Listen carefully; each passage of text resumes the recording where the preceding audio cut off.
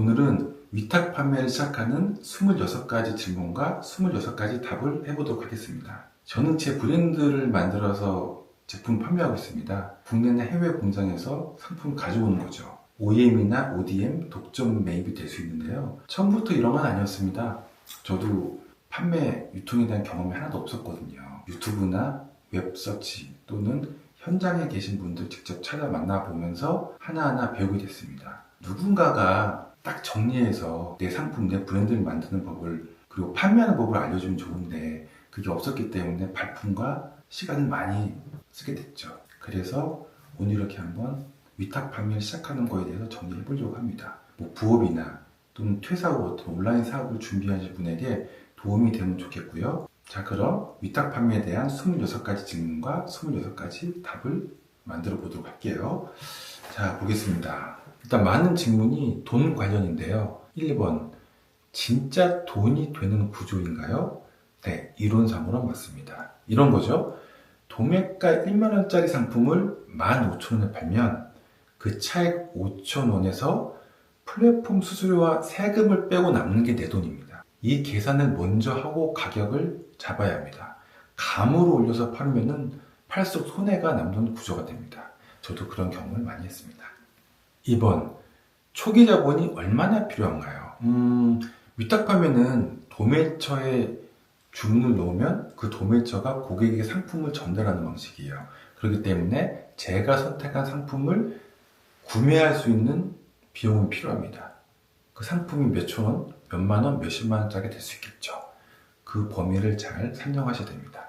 3번, 마진은 얼마나 남나요? 일반적으로 수수료와 세금 다 빼면 판매가의 10에서 20% 정도가 남습니다. 그러니까 15,000원짜리 상품이면 1,500원에서 3,000원 수준인 거죠.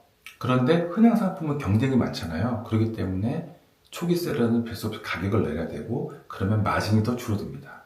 그래서 어떤 상품을 고르느냐가 수익을 결정할 수 있죠. 4번, 역마진이 날 수 있나요? 그럼요.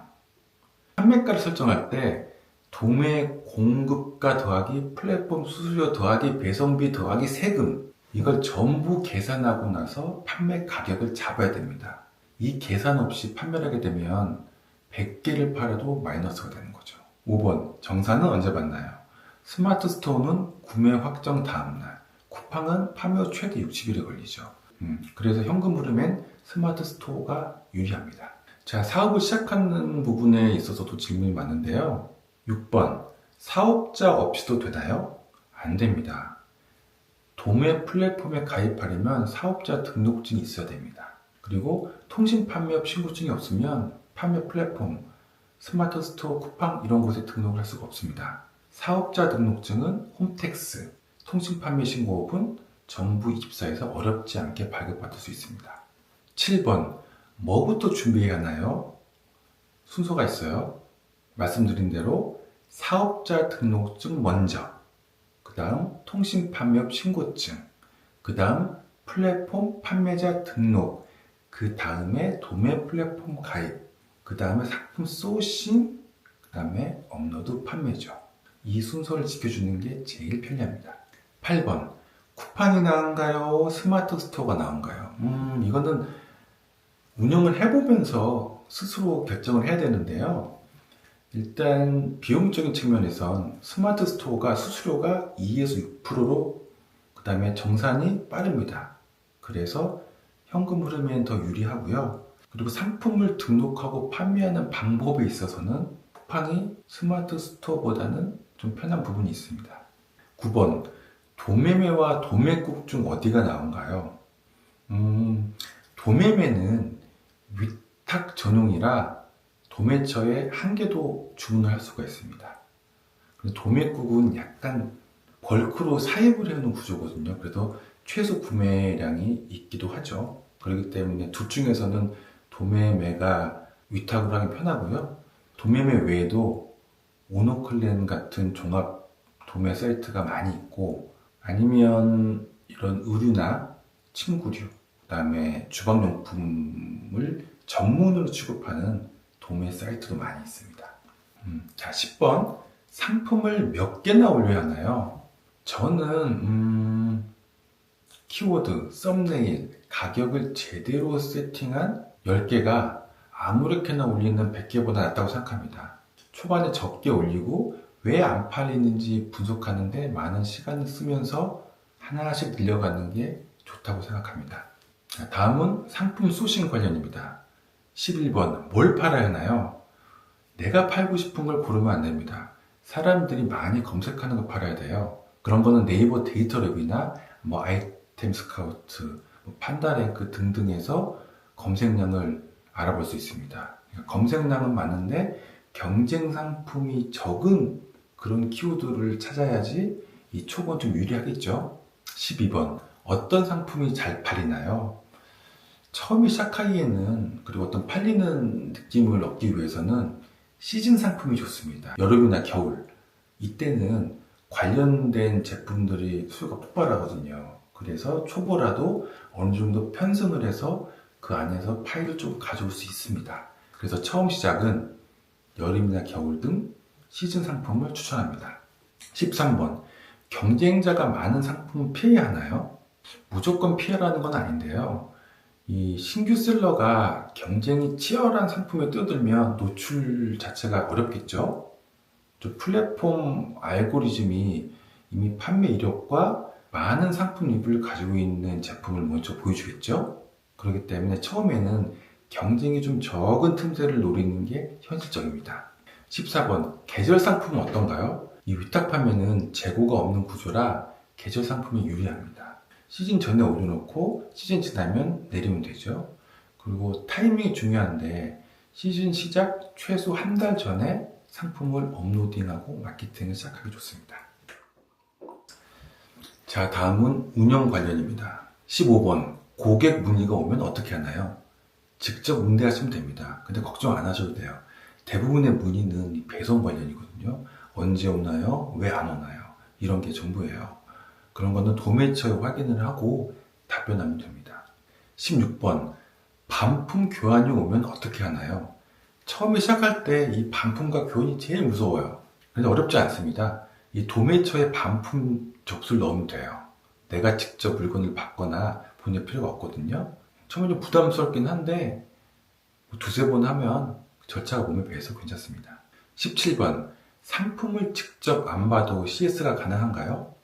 네, 가능합니다. 상세 페이지에 있는 정보로 충분히 문의에 답을 할 수 있거든요.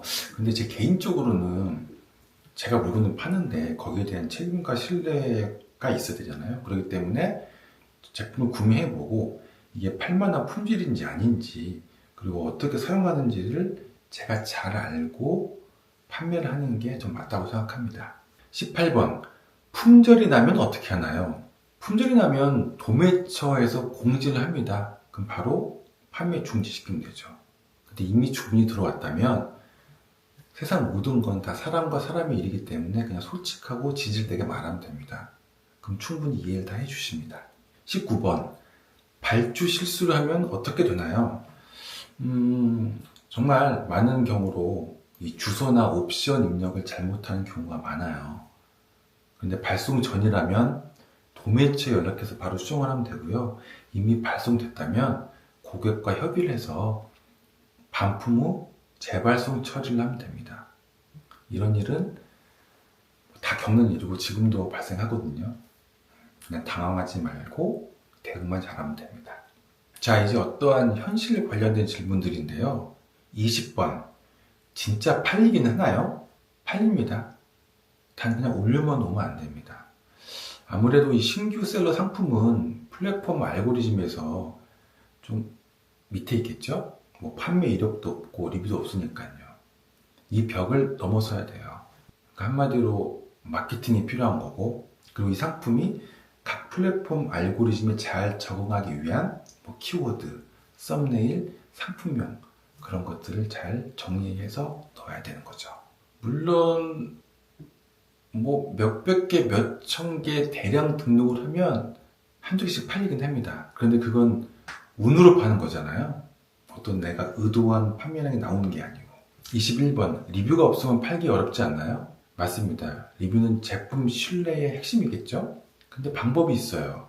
이 리뷰가 없을 때는 가격으로 먼저 진입을 할 수 있습니다. 경쟁자보다 조금 낮게 잡아서 첫 구매를 만들고요. 리뷰를 하나둘 쌓이면 그때 경쟁자와 비슷하게 가격을 맞춰가는 겁니다. 저도 처음에는 마진을 거의 포기하고 판매량과 리뷰를 만드는데 좀 집중을 하는 편입니다. 소위 역마진이라고 하는데 쉽지는 않죠. 22번, 직장 다니면서 병행이 가능한가요?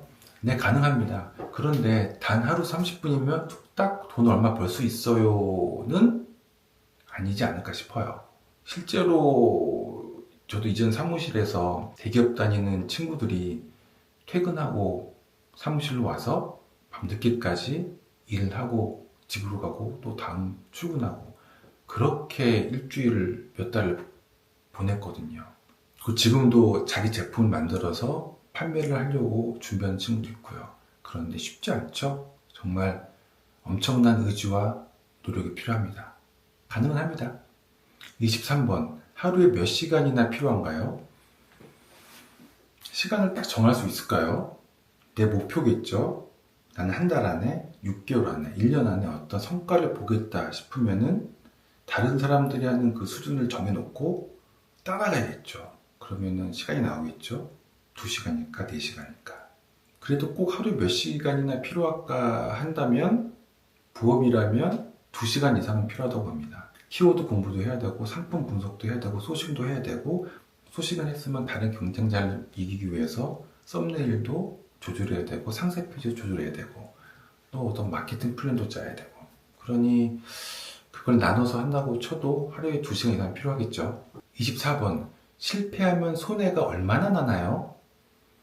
위탁 판매이기 때문에 아까 말씀드린 대로 사입을 한다면 기본적으로 몇백 개, 몇천 개, 몇만 개를 가지고 가지고 있어야 되는 거잖아요. 근데 그게 안 팔리면 그냥 재고 손실을 보는 거고. 근데 위탁 판매는 모든 재고가 도매처 있기 때문에 그들의 커다란 창고에 있기 때문에 재고에 대한 손실은 없다고 봐야죠.